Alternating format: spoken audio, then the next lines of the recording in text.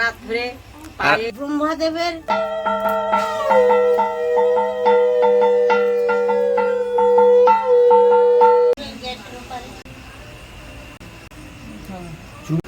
গ্রাম বাংলায় প্রায় প্রতিটি ঘরেতেই রান্না পুজো হয়, কিন্তু আজ আপনাদের এমন একটি বাড়িতে নিয়ে যাব যেখানে দীর্ঘ বছর ধরে অতি ভক্তি ভরে এই পুজোর আয়োজন করা হয়ে আসছে।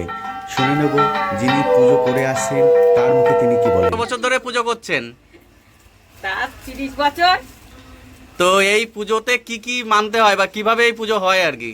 এবার পুজোতে নিয়ম কারণ হলো পরিষ্কার পরিচ্ছন্ন সব কিছু ধোয়া ধাই সব কিছু ইয়ে করতে হয়। নানা রকম সবজি তরকারি সব কিছু দিয়ে তৈরি করতে হয় সারা রাত ধরে। পায়েস পিঠে সব কিছু হয়। কি কি রান্না হয় আপনাদের?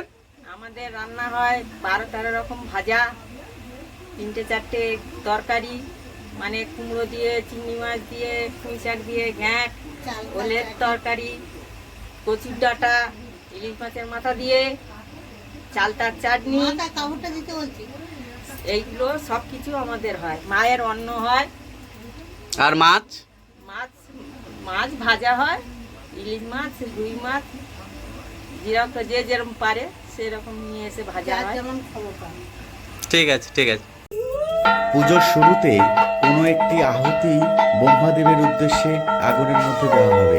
এই বিষয়টি কি সেটি জানার জন্য আমরা সরাসরি চলে যাব বাড়ির বয়োজ্যেষ্ঠ সদস্যার কাছে।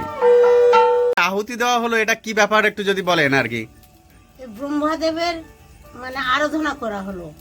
কি কি দেওয়া হলো? এতে সব রকম সবজি, তেল, নুন, ঝাল, হলুদ ও সব মানে সব মরিচ মশলা সব কিছু দিয়ে এটা মানে রান্না শুরু করার আগে করতে হয়, দিতে হয়? হ্যাঁ হ্যাঁ, এটা ব্রহ্মার পুজো দিতে হয়। এটা ব্রহ্মার পুজো একরকম। ঠিক আছে ঠিক আছে। দাও দাও দাও।